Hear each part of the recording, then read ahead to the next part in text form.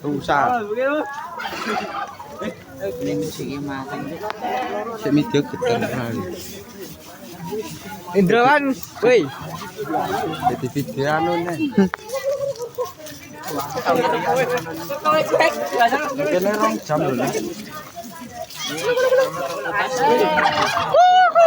Aku lagi. Ham. Ye. Penting rambut ah. Oh betul. Iya. Muncul coba pikir.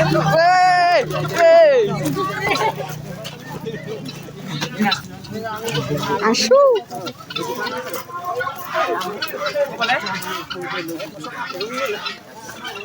Bentar.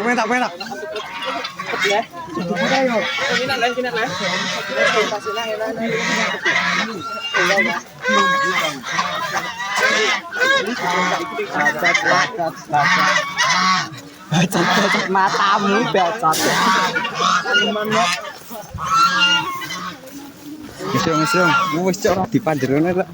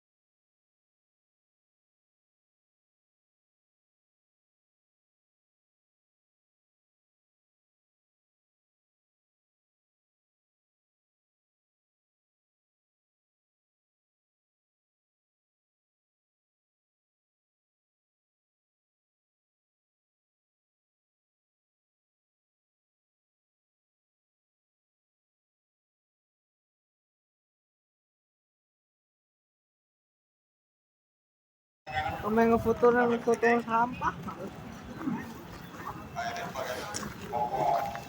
Selain kita pack menjadi halus, kita di sini juga dibuat granul.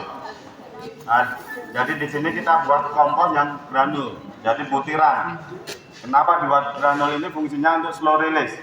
Jadi kalau untuk pemupukan, kalau kita pakai kompos yang halus itu paling enggak seminggu sekali kita berikan ke tanaman. Tapi kalau ini bisa 2 minggu atau 3 minggu sekali, karena dia tidak langsung larut ke tanaman. Prosesnya itu sendiri. Jadi kompos yang halus kita masukkan ke pen granulator. Jadi yang bulat itu namanya pen granulator. Di dalam pen granulator itu nanti kita putar terus kita spray untuk membuat granul. Itu perekannya kita menggunakan dolomit, kalau enggak kita pakai bentonit. Setelah menjadi butiran yang kita inginkan, nanti kita distribusikan menggunakan conveyor. Nah, menggunakan conveyor terus nanti masuk ke rotary dryer. Di situ dikeringkan. Nah, setelah melewati rotary dryer, dia nanti akan kita tampung ke bak box dryer. Nah, itu pengeringannya kita menggunakan kayu. Jadi di sini nanti ada kayu yang kita bakar terus nanti di blower. Nah, makanya di sini ada saluran pipa-pipa itu sebagai pemanasnya. Ya, ada yang mau ditanyakan untuk granulator? Kalau nggak ada, kita ke sebelah timur. Selain kita pack menjadi halus, kita di sini juga dibuat granul. Nah, jadi di sini kita buat kompos yang granul, jadi butiran. Kenapa dibuat granul ini? Fungsinya untuk slow release. Jadi kalau untuk pemupukan, kalau kita pakai kompos yang halus itu paling nggak seminggu sekali kita berikan ke tanaman. Tapi kalau ini bisa 2 minggu atau 3 minggu sekali, karena dia tidak langsung larut ke tanaman. Prosesnya itu sendiri. Jadi kompos yang halus kita masukkan ke pen granulator. Jadi yang bulat itu namanya pen granulator. Di dalam pen granulator itu nanti kita putar terus kita spray untuk membuat granul. Itu perekannya kita menggunakan dolomit, kalau enggak kita pakai bentonit.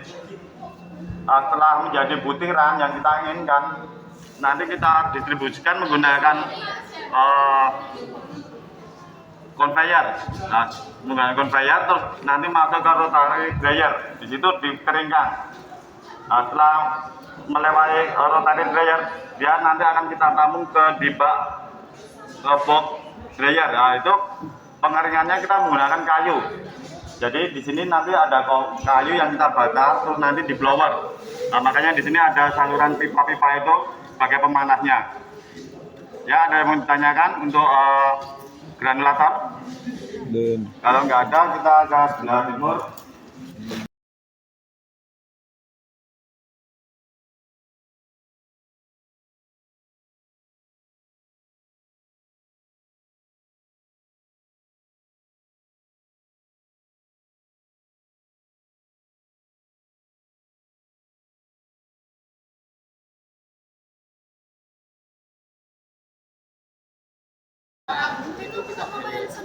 Setelah kita balik, kita airi, dan kalau kurang air kita airi, kita kasih.